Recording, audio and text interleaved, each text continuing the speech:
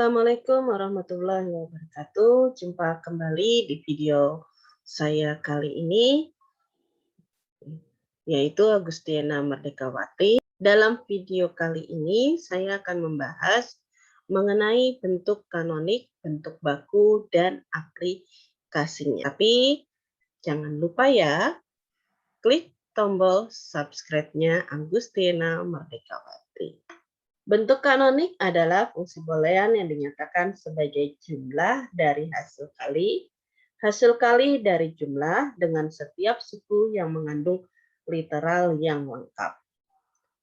Ada dua macam bentuk kanonik, yaitu minterm atau sum of product atau disebut dengan SOP, dan maxterm atau product of sum atau disebut juga dengan POS. Bentuk kanonik di sini ada dalam bentuk 2 variabel dan ada juga dalam bentuk 3 variabel. Nah, di sini ada tabel yang berbentuk dari 2 variabel.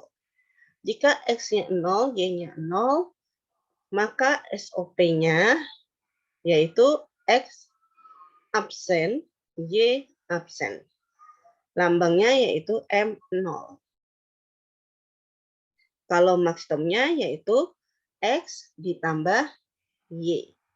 Lambangnya juga sama M0. Untuk yang inputan X-nya yaitu 0, Y-nya berupa 1, maka mintermnya yaitu X absen Y. Sedangkan maxtermnya yaitu X tambah Y. Jadi di sini ya, untuk yang SOP kalau diperhatikan X, Y-nya ini yaitu dikali. Dan kalau yang POS, nilai X, Y-nya ini yaitu dijumlahkan. Jadi jangan lupa kalau yang untuk SOP itu X-nya dikali, variabelnya dikalikan. Sedangkan untuk yang POS, nilai X, Y-nya atau nilai variabelnya itu dijumlahkan. Berikut ini untuk yang 3 variabel yaitu X, Y, dan Z. Selanjutnya, perbedaan minterm dan maxterm. Minterm itu tadi SOP dan maxterm itu adalah POS. Ya. Di sini membentuk minterm dengan memperhatikan kombinasi peubah yang menghasilkan 1. Jadi kalau yang SOP atau minterm, kita melihat hasilnya bahwa nilainya adalah 1. Tapi kalau untuk yang maxterm atau POS, kita melihat bahwa hasil nilainya adalah 0. Selanjutnya, kombinasi dari SOP atau minterm, ya di sini 0, 0, 1, maka ditulisnya yaitu X absen, Y absen, Z.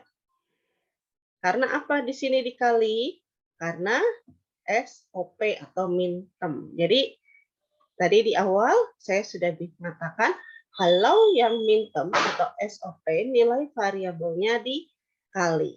Berbeda dengan yang POS. Kalau POS nilai variabelnya yaitu ditambahkan. Selanjutnya, jika minterm itu notasinya yaitu sigma. Dan yang maxterm atau POS notasinya adalah P. Selanjutnya kita masuk ke latihan soalnya. Di sini diberikan tabel seperti ini. Di kolom yang paling akhir kita dapat lihat F dalam kurung X, Y, Z. Ini adalah nilai akhir dari 3 variabel tersebut. Ini sudah ditetapkan nilai akhirnya ya dari soalnya. Selanjutnya yang ditanya adalah berapa SOP dan berapa POS-nya. Kita cari SOP dan POS-nya. Tadi di awal SOP yang bernilai 1. Berarti yang kita lihat adalah nilai angka satunya ini. Ya, nilai angka satunya ini. Nilai angka satunya berada di baris keberapa? Untuk yang kanonik, kita mulai dari 0, kan? 0, 1, 2, 3, 4, 5, 6, 7. Berarti untuk yang SOP yang nilainya 1 itu berada di baris pertama. Selanjutnya ini yang baris keempat, ya, kita bisa hitung 0, 1, 2, 3, 4. Selanjutnya adalah baris ke-7. Ini untuk yang SOP. Berarti M1, M4, dan M7. Jadi hasilnya adalah sigma 147. Selanjutnya untuk yang pos. Untuk yang pos tadi, kalau dilihat dari perbedaannya, kalau SOP-nya itu adalah menghasilkan nilai 1, berarti kalau untuk pos itu menghasilkan nilai 0. Jadi kita melihat hasil akhir yang bernilai 0, yaitu pada baris ke-0, baris ke-2, baris ke-3, baris ke-5, baris ke-6. Jadi M0, M2, M3, M5, M6. Selanjutnya Pi 0, 2, 3, 5, 6. Atau boleh dikatakan SOP itu kebalikan dari pos. Atau sebaliknya, pos yaitu kebalikan dari SOP. Selanjutnya, bagaimana menentukan X, Y, Z-nya ini? Kita lihat di baris ke-0.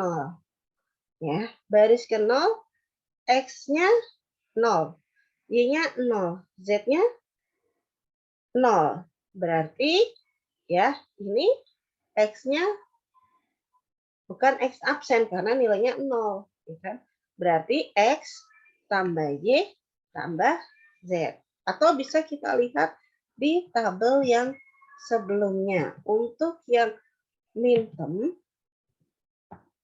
ya, kalau misalnya 0 semua, berarti ya X-nya yaitu absen, ya kan?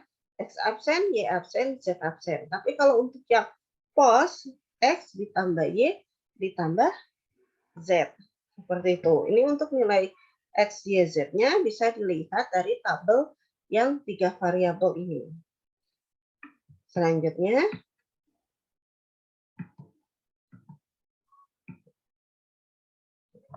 kita masuk ke latihan soal dan konversi bentuk kanoniknya. Jadi kita mengkonversi dari sebuah fungsi, kita ubah ke dalam bentuk kanoniknya. Bisa berupa SOP atau bisa berupa POS untuk konversinya. Soalnya yaitu, nyatakan fungsi boolean jika fungsinya dari X, Y, Z, yaitu X ditambah Y absen dikali Z dalam SOP dan POS. Ini dalam SOP dan POS. Berarti jawabannya sekarang kita lihat. Nilai X-nya ini hanya X saja. Tidak ada Y dan tidak ada Z. Untuk mengubah menjadi bentuk kanonik harus lengkap. Yaitu ini ada nilai X, ada nilai Y, ada nilai Z. Ada nilai X, ada nilai Y, dan ada nilai Z. Jadi baik di min term atau POS, dan baik di max term atau SOP, ya, itu kedua-duanya harus lengkap, yaitu harus ada X, Y, Z-nya. Selanjutnya, kalau ini dia cuma X aja, tidak ada Y, tidak ada Z. Selanjutnya, yang ini pun Y absen Z. Ini juga cuma Y dan Z. tidak ada X-nya. Jadi harus kita tambahkan. Cara menambahkannya bagaimana? Yaitu nilai X ini ya harus kita tambahkan menjadi nilai X, Y, Z. Sehingga nilai X ini ya kita kalikan dengan Y ditambah Y absen. Kenapa di sini harus kita tambahkan Y ditambah Y absen?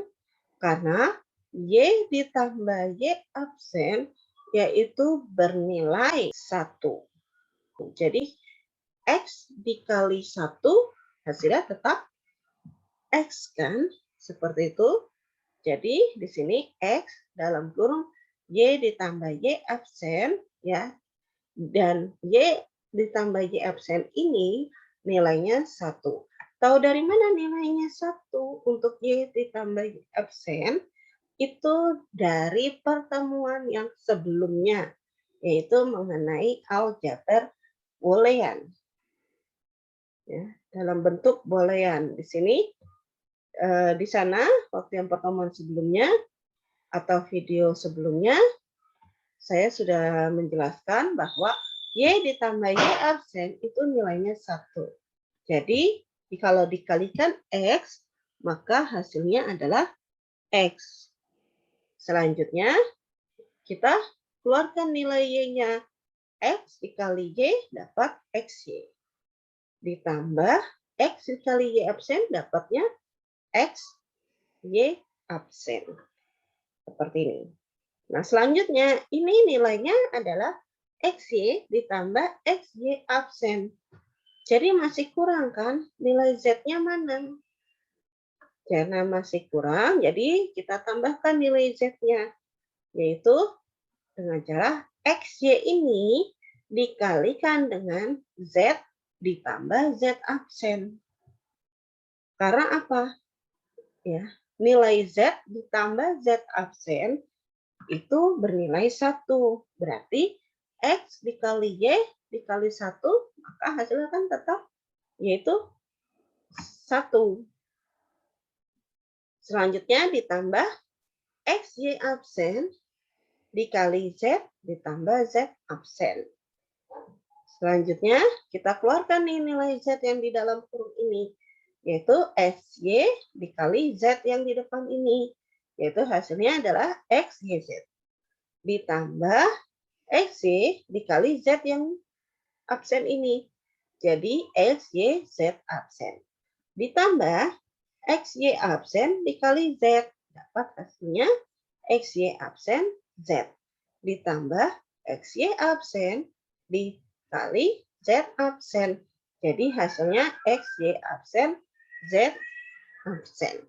Setelah ini, bagaimana kita cek adakah hasil yang simbolnya sama, nilainya sama. Ada tidak XYZ di sini? Atau muncul 2 kali? Tidak ada, berarti tidak kita hilangkan. Selanjutnya, XYZ absennya ada lagi tidak? Tidak ada. Selanjutnya, XY absen Z ada lagi tidak? Tidak ada. Selanjutnya, XY absen Z absen ada muncul 2 kali? Tidak ada. Berarti hasil nilai X-nya adalah XYZ ditambah XYZ absen ditambah XY absen Z ditambah XY absen Z absen. Ini baru kita buat nilai yang X. Sekarang kita buat nilai yang Y absen Z. Y absen Z tadi yang kurang variabel apa? Yaitu variabel X-nya. Berarti kita tambahkan dengan X ditambah X absen. Selanjutnya, kita cari persamaannya dengan mengeluarkan X-nya jadi Y absen dikali Z dikali X ini. Jadinya X, Y absen, Z. Ditambah Y absen, Z dikali X absen. Berarti jadinya X absen, Y absen, Z. Sehingga hasilnya untuk Y absen Z yaitu ya X Y absen Z ditambah X absen Y absen Z. Setelah ini baru dari persamaan fungsi boolean ini kita ubah menjadi nilai yang sudah kita cari sebelumnya. Tadi kan nilainya adalah X absen ditambah Y absen Z. Selanjutnya kita masukkan nilainya. Nilai dari X yang kita cari tadi yaitu ini. X, Y, Z ditambah Y, Z absen ditambah X, Y absen Z tambah X, Y absen Z absen. Sampai di sini. Selanjutnya ditambah lagi X absen, Y absen Z. Setelah ditambah, kita lihat ada tidak di antara jawaban setelah ditambahkan ini nilainya yang sama, yaitu ada ini X, Y absen Z sama dengan X, Y absen Z. Maka ditulisnya hanya satu saja, yaitu ini X, Y absen Z.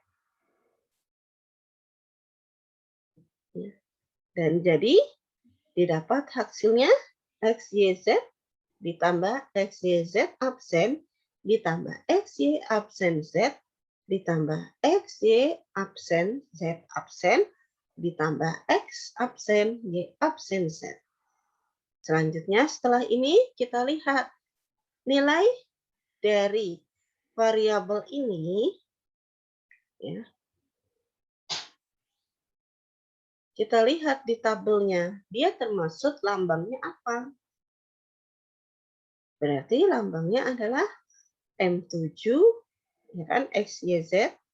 Ini M7.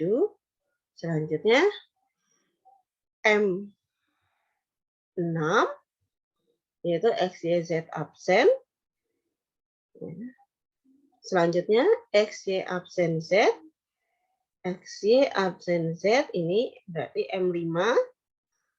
Selanjutnya X, Y absen Z absen. X, Y absen Z absen berarti M4. Dan selanjutnya X absen, Y absen, Z. X absen, Y absen, Z berarti M1. M1 berarti M7 ditambah M6 ditambah M5 ditambah M4 ditambah M1. Selanjutnya untuk yang SOP-nya berarti M1 ditambah M4 tambah M5 tambah M6 ditambah M7. Dan dapat sigma 1, 4, 5, 6, 7. Ini untuk SOP-nya. Sedangkan untuk POS-nya adalah kebalikan dari SOP, yaitu M0, M2, M3. P0, 2, 3. Selanjutnya, kita masih latihan dan konversi bentuk kanonik berikutnya. Yang kedua, nyatakan fungsi boolean f, x, y, z, yaitu x, y ditambah x absen z. Di sini juga masih kurang untuk variabelnya. Untuk yang pertama, ya, di sini x, y berarti kurang z-nya. Untuk yang kedua, X absen Z. Berarti kurang Y-nya. Y yang kita akan cari untuk yang ini. Sedangkan untuk yang XY, yaitu yang kita cari tambahan dari variabel Z. Kita mulai dari awal dulu, yaitu yang XY. XY kita akan mencari nilai dari Z-nya. Tambahan dari Z. Yaitu XY sama dengan XY di sini dikali Z ditambah Z absen. Kita keluarkan nilai Z-nya, berarti XY Z.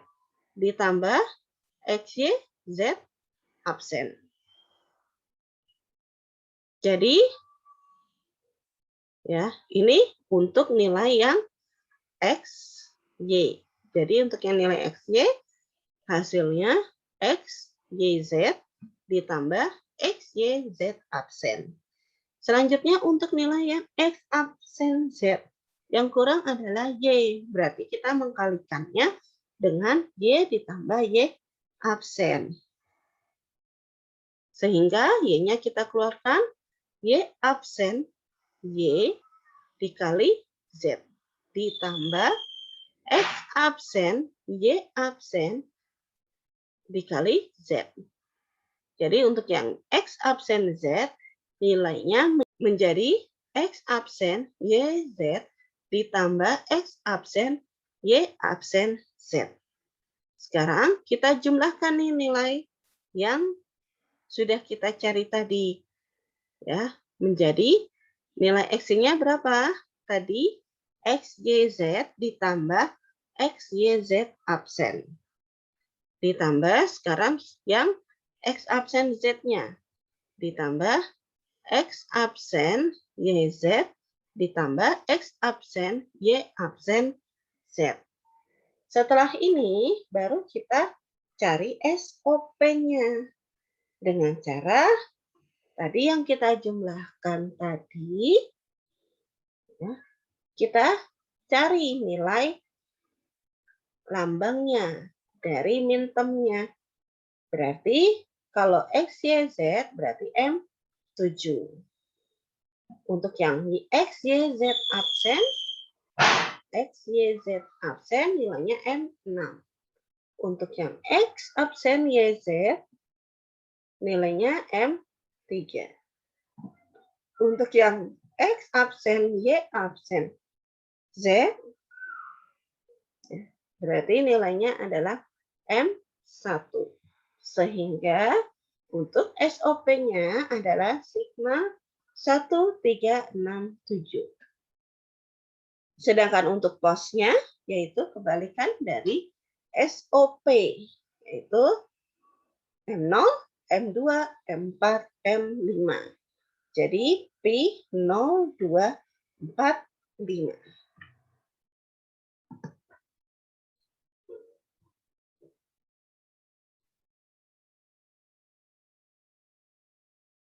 Yang ini saya next-kan.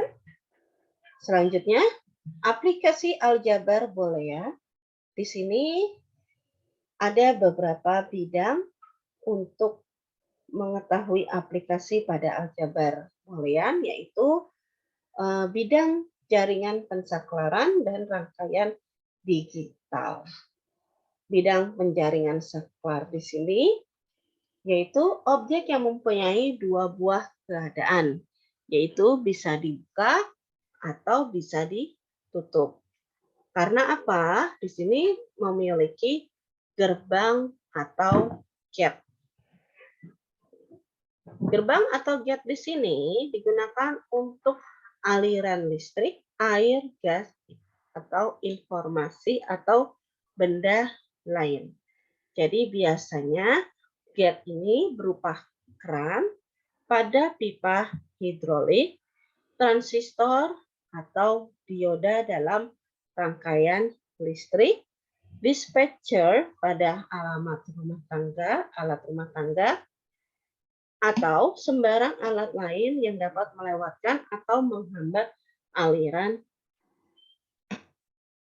Selanjutnya, ini rangkaian seri dan paralel pada rangkaian pensaklaran.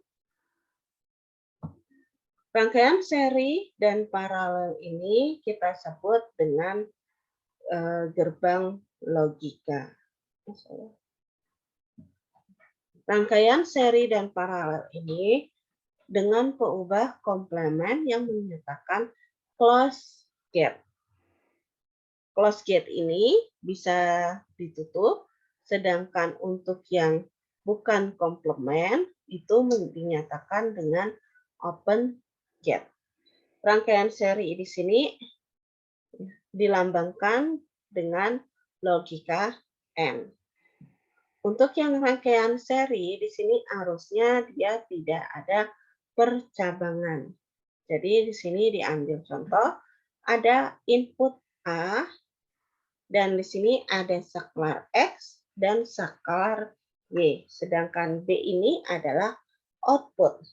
Sehingga jika arus dari A ini masuk, jika X-nya ditutup, maka dia akan berjalan ke Y. Jika Y saklar ini ditutup, maka akan mengarah ke B atau keluar ke B. Itu jika keduanya ditutup. Tetapi jika X-nya ditutup, maka arus listrik dari A dia terhenti. Selanjutnya, jika arus listrik dari A di sini ditutup, ya untuk X-nya, maka akan tetap berjalan menuju Y. Tetapi jika Y-nya ini ditutup, akan menuju ke B. Tetapi kalau Y-nya ini, saklar Y-nya ini dibuka, maka tidak bisa menuju ke B. Selanjutnya, ini untuk yang paralel. Kalau paralel, di sini ada percabangan. Jadi ada 2 cabang. Jadi 2 cabang menjadi 1 cabang. Itu yang disebut dengan paralel. Logikanya di sini dia menggunakan OR. Untuk penggambarannya, misalnya di sini ada 2 arus yaitu A dan B. Saklarnya yaitu ada saklar X dan saklar Y. Saklar X ini untuk milik arus A, sedangkan saklar Y pada arus B. Penggambarannya, jadinya contohnya di sini, jika A terdapat arus dan B mengalir arus, jika saklar X-nya dan Y-nya ini kita tutup, maka kedua arus AB ini akan menghasilkan output di C. Ini jika keduanya ditutup. Namun, jika A dan B ini terdapat arus, jika X-nya dibuka dan Y-nya juga dibuka, maka arusnya akan berhenti. Selanjutnya, A dan B di sini mengalir arus. Jika X-nya ditutup, tetapi Y-nya dibuka, maka yang menuju C ini adalah arus yang X.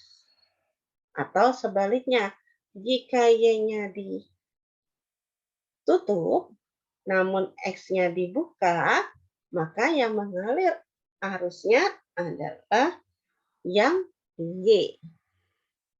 Itu penggambaran rangkaian seri dan paralel. Selanjutnya, ini bentuk dari paling sederhana. Yang gambar pertama, output B ada atau terdapat output B jika arus dari A mengalir jika X-nya ini tertutup. Kalau X-nya terbuka, tidak ada output B. Selanjutnya, output B ya ada jika arus A mengalir jika X dan Y tertutup. Kalau X dan Y-nya terbuka, maka tidak ada output di B. Selanjutnya, output C, ya, terdapat output C jika saklar X dan Y, saklar X dan Y di sini sama-sama tertutup. Jadi X ditambah Y, hasilnya tertutup. Kalau ini X dikali Y. Kita masuk ke rangkaian digital. Rangkaian digital di sini dimodelkan dalam bentuk gerbang logika. Ada 3 macam gerbang logika, yaitu AND, OR, dan NOT. AND, ya, ini gambarnya dengan bentuk seperti ini lurus, ya, tapi depannya melengkung. Sedangkan OR, ini belakangnya agak melengkung, depannya pun melengkung. Sedangkan NOT, bentuknya segitiga dan ada lingkaran di tengahnya. NOT ini yaitu negasi. Di sini ada fungsi X, Y ditambah X absen Y. Berarti pertama kita membuat arus X-nya dulu. Di sini X kali Y. Tadi yang saya sebutkan, kalau N, ya, itu adalah kali. Kalau OR adalah tambah. Berarti N-nya adalah kali, berarti pakai N. Selanjutnya di sini X absen Y. X absen itu artinya negasi. Berarti X not, bentuk seperti ini, X-nya dinotkan. Sedangkan Y di sini pakai yang N, ya, pakai yang N. Selanjutnya setelah itu dihubungkan kedua ini. Kenapa dihubungkan? Karena di sini kan dihubungkan juga dengan tanda tambah. Berarti di sini pakai yang OR. Berarti XY ditambah X absen Y. Selanjutnya kita masuk ke penyederhanaan fungsi boolean. Fungsi boolean bisa disederhanakan dengan 3 cara, yaitu dengan cara aljabar, dengan menggunakan peta kernel, dan dengan metode tabulasi. Disederhanakan di sini yaitu menjadi sederhana, menjadi fungsi yang lebih kecil. Selanjutnya di sini dengan metode aljabar. Dengan metode aljabar yaitu kita menggunakan prosedur cut and try yang memanfaatkan postulat, teorema dasar, dan metode manipulasi yang sudah dikenal. Sebagai contoh di sini, X ditambah X absen Y. Sama dengan, jadi di sini, X ditambah X absen dikali X ditambah Y. Jadi ini metodenya pakai metode kali. X ditambah X absen, X ditambah Y. Seperti itu. Dapat X tambah X absennya yaitu 1. X ditambah Y hasilnya adalah tetap. Saya ulang kembali, X ditambah X absen sama dengan 1 itu dari aljabar boolean yang video sebelumnya itu sudah diterangkan bahwa kalau X ditambah X absen itu bernilai 1. Selanjutnya X ditambah Y. Jadi X tambah Y dikali 1, maka hasilnya tetap yaitu X tambah Y. Selanjutnya yang contoh kedua, X dikali X absen tambah Y. Berarti ini dikeluarkan dulu yang di dalam kurungnya, menjadi X dikali X absen ditambah X dikali Y. Jadi XY. Selanjutnya, X dikali X absen, yaitu nilainya 0, ditambah XY, yaitu tetap. Mengapa 0? Itu bisa dilihat kembali di video saya yang sebelumnya. Jadi, kalau X dikali X absen, itu nilainya 0, sedangkan X ditambah X absen, itu nilainya adalah 1.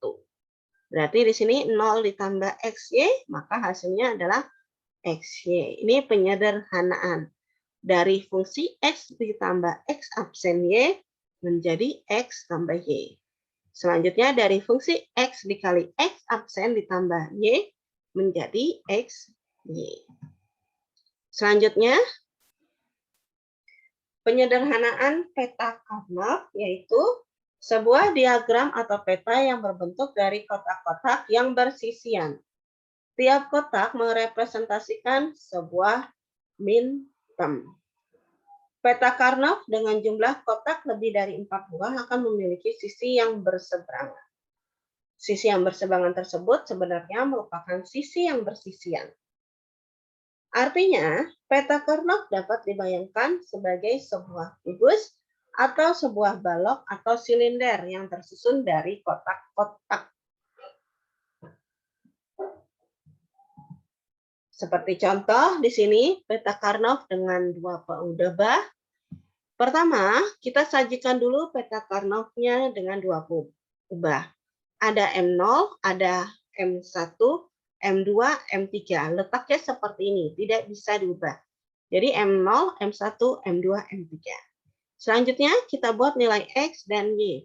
Nilai X-nya itu ya, ini untuk X0 dan ini untuk X1. Ini untuk Y0 dan ini untuk Y1. Selanjutnya, jika X-nya 0, Y-nya 0, maka min-termnya adalah X absen, Y absen. Jika X-nya 0, Y-nya 1, min-termnya adalah X absen, Y. Dan seterusnya. Selanjutnya, kita lihat tabel kebenaran dari 2 peubah. Ini tabel kebenarannya. Berarti kalau misalnya di sini yang disajikan adalah dari 2 variabel M0, M1, M2, M3, ya, maka di sini kita lihat nilai dari tabel kebenaran ini. 0, 0, maka hasilnya adalah 0, fungsinya 0. Kita taruh di sini. Selanjutnya 0, 1, berarti 0, 1. Hasilnya 0, kita taruh di sini. Selanjutnya 1, 0, hasilnya 0. 1, 0, hasilnya 0, kita taruh di sini.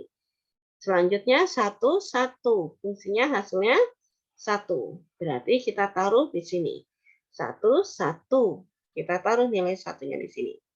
Kita lihat di sini nilai satunya yaitu berada di sini. Di bawah pojok kanan. Berarti nilainya berapa di sini? Yaitu X, Y. Berarti fungsinya adalah X, Y. Selanjutnya dengan 3 peubah, caranya juga hampir sama. Kita letakkan M0-nya ya. M0, M1, M3, M2, M4, M5, M7, M6. Peletakan untuk 3 peubah seperti ini. Ya. Ini tidak bisa kita ubah. Jadi memang ketetapannya M0, M1, M3, M2, M4, M5, M7, M6. Selanjutnya kita masukkan nilai dari M0 yaitu X absen, Y absen, Z absen. Nilai M1, X absen, Y absen, Z. Dan seterusnya. Setelah ini baru kita lihat tabel kebenarannya dari 3 variabel. Caranya sama. Kalau ketiga-tiganya 0, ya, berarti fungsinya 0. Kita masukkan X-nya 0, Y-nya 0, Z-nya 0. Maka fungsinya hasilnya 0. Saya masuk ke yang satu ini. X-nya 0, Y-nya 1, Z-nya 0. X-nya 0, Y-nya 1, ya, Z-nya 0. Berarti di sini nilainya 1. Dan seterusnya. Setelah itu, kita lihat yang bernilai 1. Karena kan min-term. Min-term itu yang bernilai 1. Yaitu yang 1 yang ini, baris pertama kolom keempat, yaitu nilainya X absen, Y, Z absen. Nih. Selanjutnya, baris kedua, kolom keempat, X, Y, Z absen. Selanjutnya, baris ketiga, selanjutnya baris kedua, kolom ketiga, yaitu ini nilainya 1, hasilnya X, Y, Z. Ini adalah untuk fungsi booleannya dari tabel kebenaran 3 Fowler. Selanjutnya, teknik minimalisasi fungsi boolean dengan peta Karnaugh di sini dengan menggabungkan kotak-kotak yang bersisian. Jadi dari yang hasil tadi ini kita sudah dapat, ya. Oke, misal di sini ada fungsi seperti ini yang kita sudah dapat, maka peta Karnaugh-nya bisa kita buat bentuk kotak seperti ini. Seperti itu. Ini yang hasil fungsi minimalisasi. Oke, sampai di sini pembahasan kita sudah selesai. Terima kasih telah melihat video saya. Jangan lupa terus pelajari dan jangan lupa klik tombol subscribe dan lonceng notifikasinya agar kalian tahu update video-video dari saya ini. Sekali lagi, terima kasih.